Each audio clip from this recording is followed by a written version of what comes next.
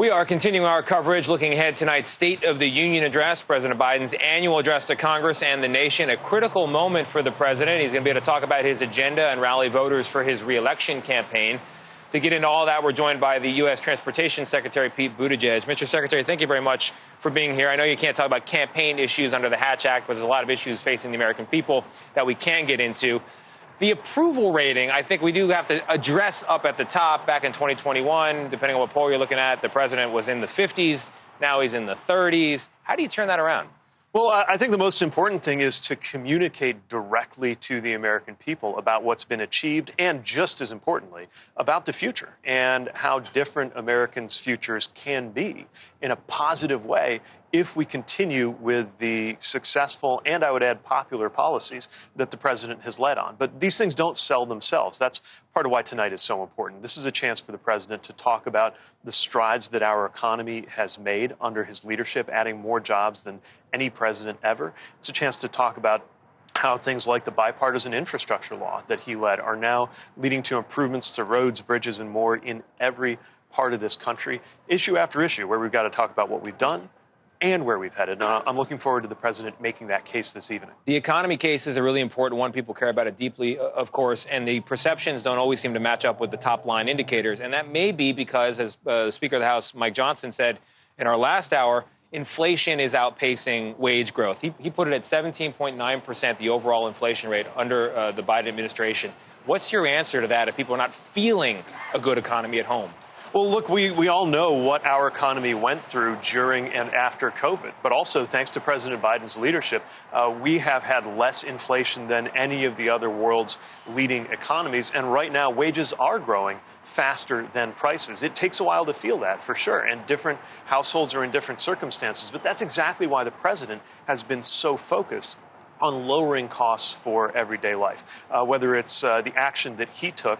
And by the way, House Republicans did not back him up. They stood with Big Pharma. But he took action to make sure that insulin would be capped at $35 for seniors. He would have done it for every American and still will if Congress would just work with him on that.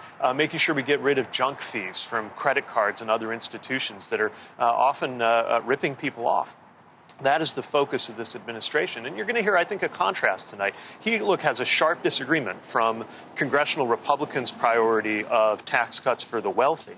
He wants to make sure, as he always says, that we build our economy from the bottom up and the middle out. That's why he's proudly pro-union, and that's why he's proud of the wage growth and historic job growth taking place on his watch. First president in history to actually join a union protest line, so that's something. Let's talk about the border, an issue that cuts across a lot of different categories, a lot of different issues overall. Speaker Johnson and people in general have been saying, I get the president has said, work with me, Republicans. Republicans arguably have said, no, we're not going to. We want this as an issue, not as a solution.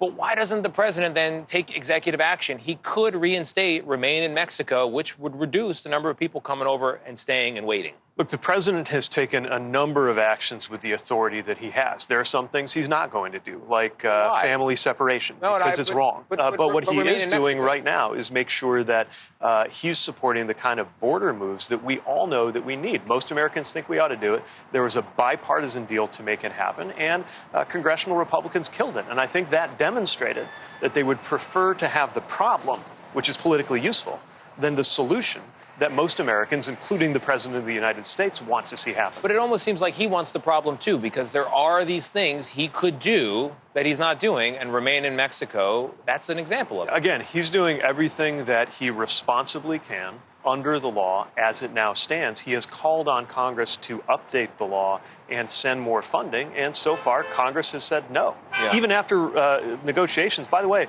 led by very conservative Republicans working with Democrats, only for congressional Republicans to kill that bipartisan deal.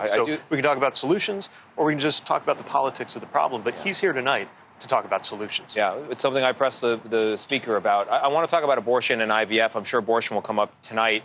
The question of where life begins legally as defined and whether IVF, where that is in that spectrum, has come up recently. And the speaker said Congress is not going to take up the question in legislation about whether IVF is the destruction of a human life when you dispose of an embryo. Do you think, given all the confusion, the hesitation from providers, do you think Congress needs to address this directly? Here's the thing.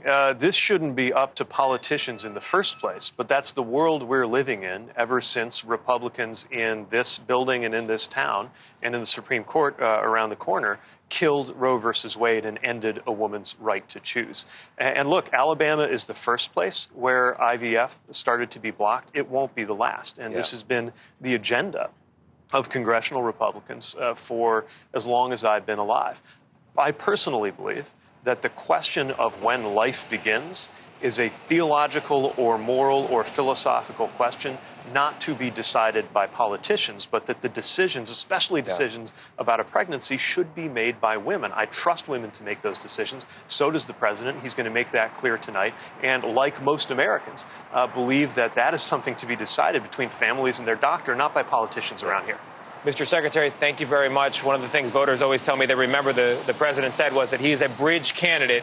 I hope tonight we're going to learn a little bit more about where that bridge is leading. I appreciate you being here with us. Thank you. And we will send it back to you all in New York. That is the question. He did say a bridge candidate. Nice to see the secretary there. Tony, nice job in D.C. We'll see you back at the table tomorrow.